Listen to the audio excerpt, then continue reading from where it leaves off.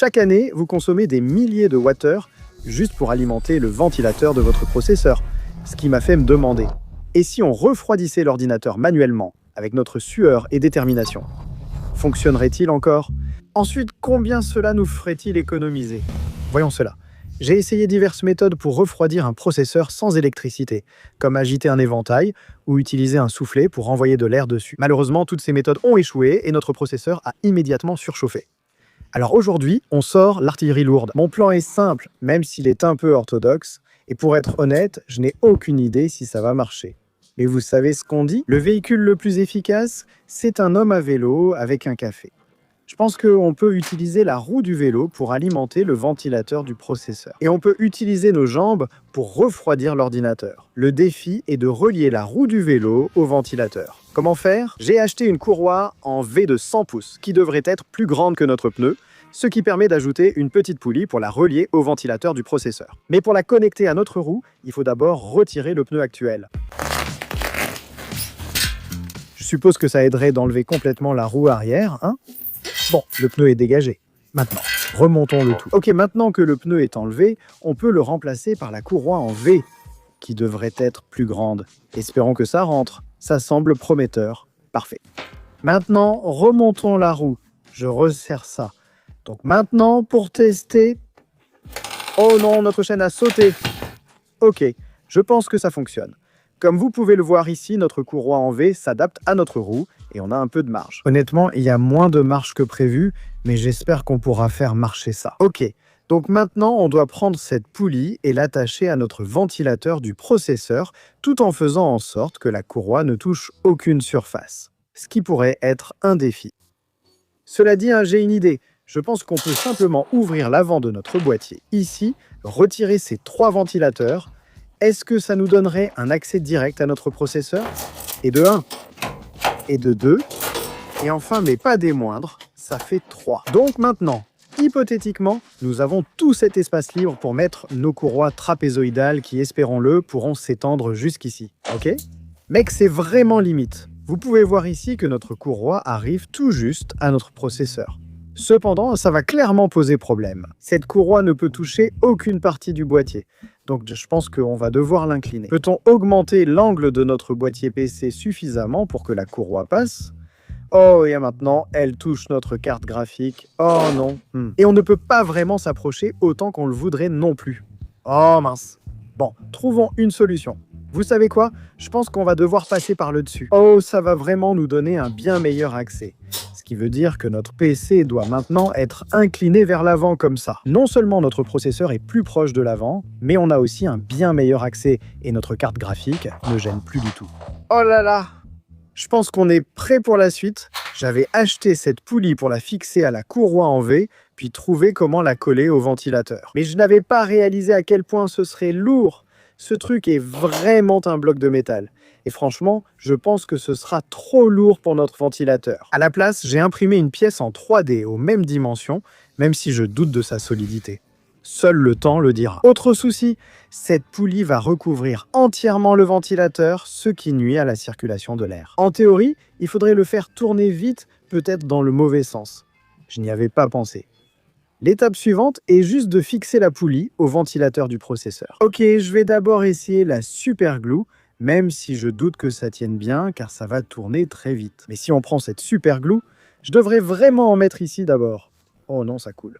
Bon, ça ne va pas. Ça ne va pas. Allez, reviens, reviens. Oh non, il y a de la colle partout. Bon, ça ne marche pas, je ne sais pas à quoi je m'attendais. Il faut juste utiliser de l'époxy. J'ai retiré l'autocollant ici. Alors maintenant, allons-y et ajoutons juste une grosse noisette de gel qui devrait, espérons-le, adhérer au plastique. Et maintenant, on peut prendre notre poulie imprimée en 3D et simplement l'enfoncer en place. Il faut s'assurer qu'elle soit aussi centrée que possible. Et avec un peu de chance, la colle n'a pas débordé sur les côtés. Ok, laissons ça reposer un instant. Quand ça tourne, ça ne devrait pas vaciller du tout. On dirait que c'est bien centré. Très bien, maintenant il faut attendre que ça sèche. Ce n'est pas évident, mais si vous observez le ventilateur, vous verrez que faire tourner la poulie entraîne aussi le ventilateur, ce qui est notre but. Très bien, je pourrais probablement le laisser sécher un peu plus longtemps, mais je suis impatient. Allons-y, essayons de mettre ça en place. La courroie arrive à s'accrocher à la poulie ici, ce qui est très bien, c'est bon signe. Il est aussi très important qu'on aligne tout aussi précisément que possible. J'ai peur que ça ne soit pas assez stable. Ok, souvenez-vous, c'est notre processeur. Maintenant, quand on pédale, la courroie tourne autour de la poulie et elle la fait tourner. Je vais dessiner juste un petit triangle ici pour qu'on puisse voir exactement à quelle vitesse ça tourne. C'est parti, recommençons à pédaler. Oh là là! C'est fou, le problème c'est que ce n'est pas tendu, donc il faut ajuster. Mais j'ai l'impression que ça peut marcher. Ce qui est bien, il faut vraiment reculer ça un peu. Il faut aussi l'incliner un peu parce que j'ai l'impression que ça se fait arracher. Oh, ça ne va pas. Cet angle-là est un peu mieux. Je ne sais pas si vous pouvez le voir, mais notre poulie n'est pas parallèle au reste du PC, ce qui rend l'alignement un peu difficile. Vous voyez, ici c'est un peu incliné dans ce sens-là. C'est un problème. Plus la courroie B en V est tendue, plus l'angle s'accentue. Donc, on va essayer de la desserrer un peu, ce qui pourrait nous faire perdre un peu en transmission de puissance, mais je pense que ça devrait aller. Et vous savez quoi ? Je pense qu'il est temps de faire un essai. Notre refroidisseur de processeur à énergie humaine va-t-il fonctionner? Il faut d'abord brancher l'ordinateur. Tout est accessible en position verticale. C'est pratique, d'habitude c'est plus difficile.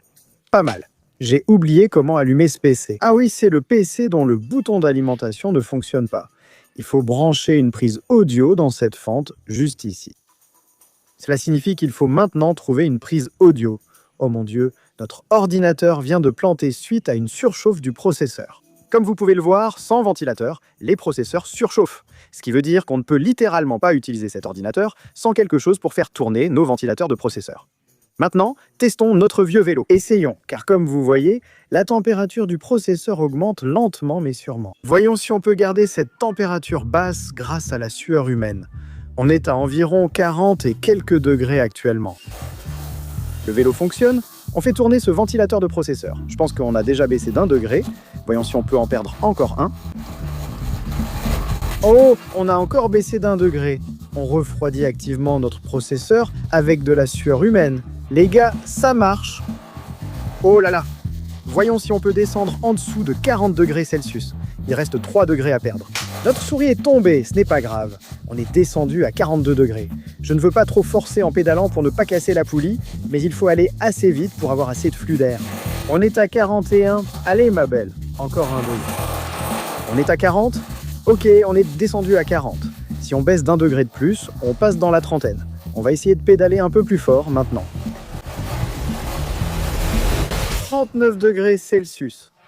Allez, refroidissement de processeur à l'énergie humaine. C'est réellement faisable. Bien qu'il faudrait faire ça en permanence pendant que tu... Oh, ok. Et ça y est, ça a lâché.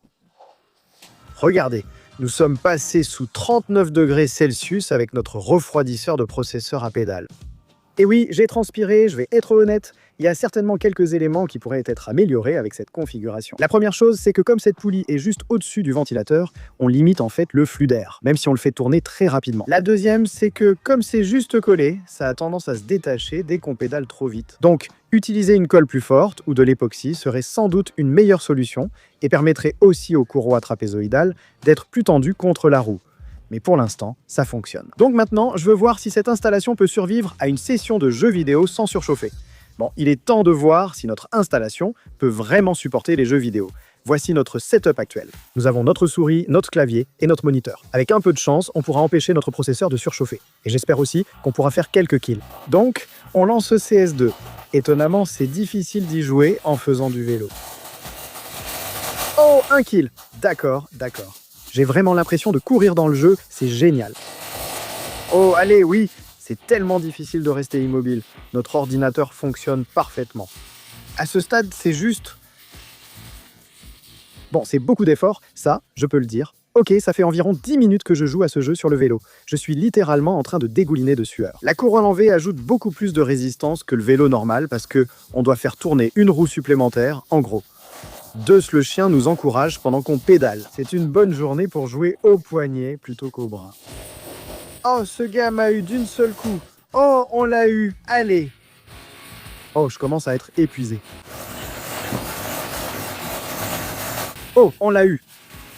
Oh, je n'arrête pas de me faire tuer juste après avoir fait un kill. Oh là là. Ok.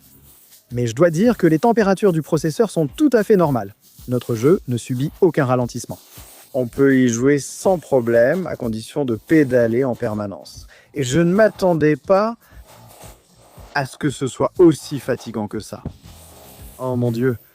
Mais je considère cela comme un franc succès. Notre processeur n'a pas surchauffé et le jeu fonctionne parfaitement. Sauf si j'arrête de pédaler, là, il va sûrement surchauffer. Il y a clairement quelques réglages à faire avec cette configuration, mais refroidir un processeur avec de la sueur humaine, c'est une réussite. Voyons maintenant combien d'argent on peut économiser en faisant ça.